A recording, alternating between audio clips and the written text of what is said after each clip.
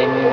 Ibulan sa pagkaunti, hindi mawawala, at tayo ay makakawala sa kanyang mga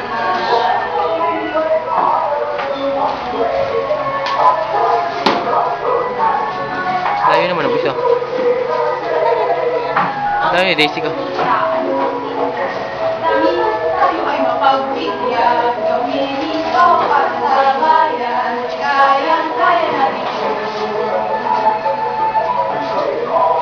Walang kabuhay-buhay.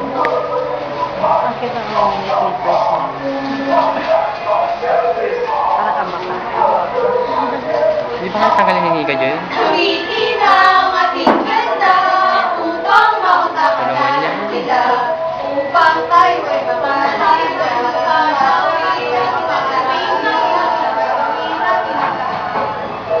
Gamitin ang ating ganda upang mautakan natin sila, upang tayo ay makalaya, gagawin natin ang lahat. Upang makalaya, upang makalaya, upang makalaya, upang makalaya sa kanya. Maaari po ba ako magtanong? Sino ka ba? Anong ginagawa mo riyan? Kanina pa ba siya dyan? Huwag kayong mag-alala. Hindi ako kaaway.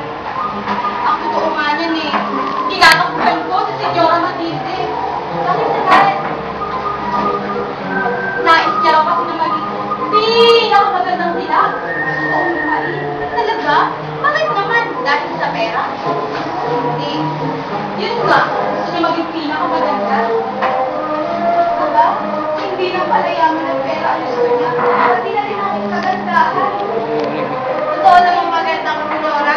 Ngunit napakaitim ng pagkain niya. Ngayong lumayas na ako doon. Kailangan ko ng matutuluyan. Huwag kang mag-alala. Sa amin ka na lang. Talaga? Oo, maganda yan. Wala naman kasi kami madalas sa bahay. Kasi pa, kailangan din namin ng kaagapay pag-alis sa bahay. Marunong ka bang magluto, Abel? Oo naman. Ako yata ang tagapagluto sa mansyon noon.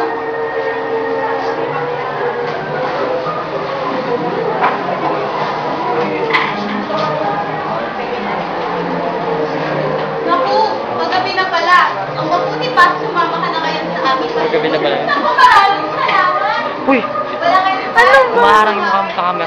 Ang mga kapinari. Hindi gagabi na nga. Nakikita yung mukha mo. Eh, kita naman yun. May liwanag. Pinarinig niya kaya pag